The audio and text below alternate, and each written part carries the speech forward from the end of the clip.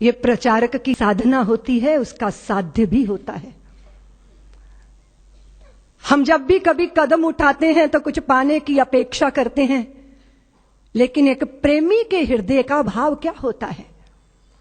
वो स्वामी राम की वाणी से व्यक्त होता है कि इश्क एक तरफा में यूं मसरूर हो जाऊंगा मैं, राम तुम होगे क्षमा काफूर हो जाऊंगा मैं तुम्हें देखूं तो देखूं तुम न मुझको देखना, तूने गर देखा मुझे मशहूर हो जाऊंगा मैं तुम्हें चाहूं तो चाहूं तुम न मुझको चाहना, तूने गर चाहा मुझे मगरूर हो जाऊंगा मैं अगर मांगू कभी तो कुछ ना देना तुम मुझे, वरना फिर प्रेमी नहीं मजदूर हो जाऊं।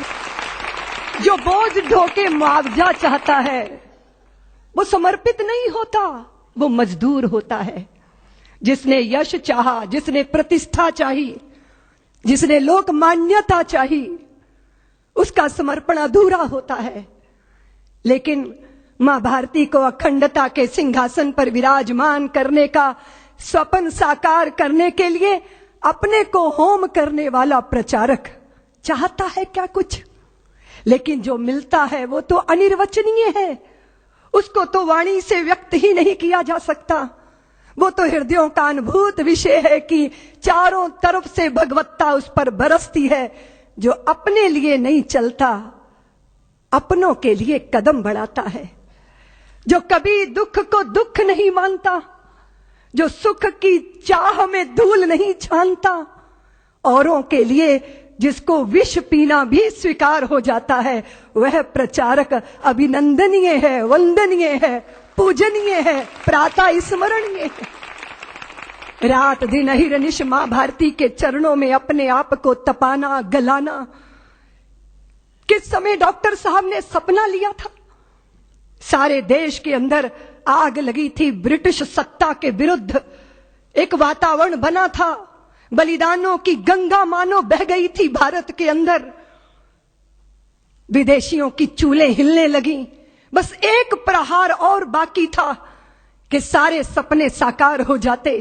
लेकिन उसी समय विधर्मी ने, उसी समय देश के शत्रु ने देश के अंदर सांप्रदायिकता का विष बोया, वैमनस्यता के भावों को पैदा किया, छुआछूत की प्रबल भावनाएं देश के अंदर जागी, और वह सारी शक्तियां जो संगठित होकर गुलामी की जंजीरों को तोड़ने के लिए आबद्ध दिखाई देती थी, वो बिखरना प्रारंभ हो गई।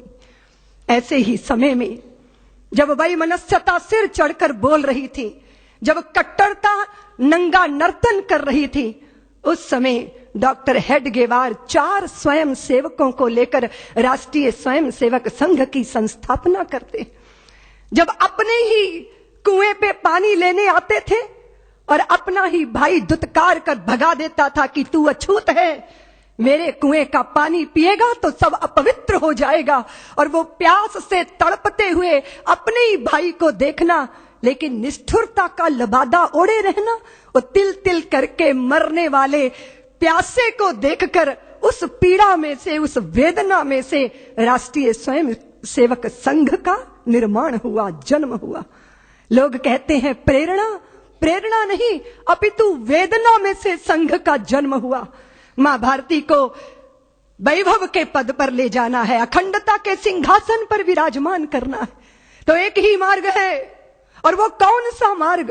क्या हिंदू जाति जिसने नक्षत्रों को संज्ञा दी, वो हिंदू जाति जिसने सागर की छाती पर पत्थरों को तैराया, इतना गौरव रखने वाली हिंदू जाति, उसका स्वाभिमान धुआं बनकर उड़ेगा? ये वेदना में से राष्ट्रीय स्वयं सेवक संघ का जन्म हुआ। प्रचारकों ने अनवरत अपने जीवन को आहूत किया।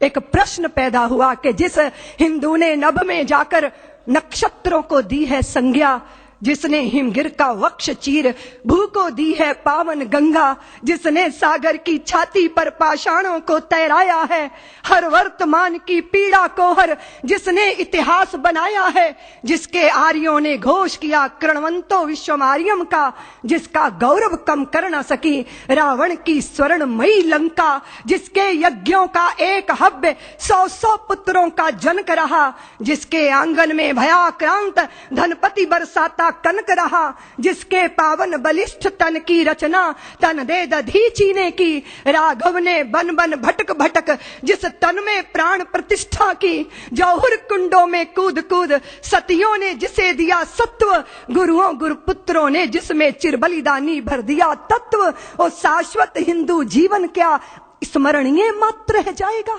इसकी पावन गंगा का जल क्या नालों में बह जाएगा? इसके गंगाधर शिव शंकर क्या ले समाधि सो जाएंगे? इसके पुष्कर इसके प्रयाग क्या गर्त मात्र हो जाएंगे? यदि तुम ऐसा नहीं चाहते तो फिर तुमको जगना होगा, हिंदू राष्ट्र का बिगुल बजाकर दानव दल को दलना होगा। इस वेदना में से, इस पीड़ा में से, मां भारती के लुटते स्वाभिमान और बिखरती अस्मिता की वेदना में से राष्ट्रीय स्वयंसेवक संघ का प्रादुर्भाव हुआ। फिर एक एक दीपक जले, तिल तिल करके अपने आप को मां भारती के चरणों में आहूत करते रहे।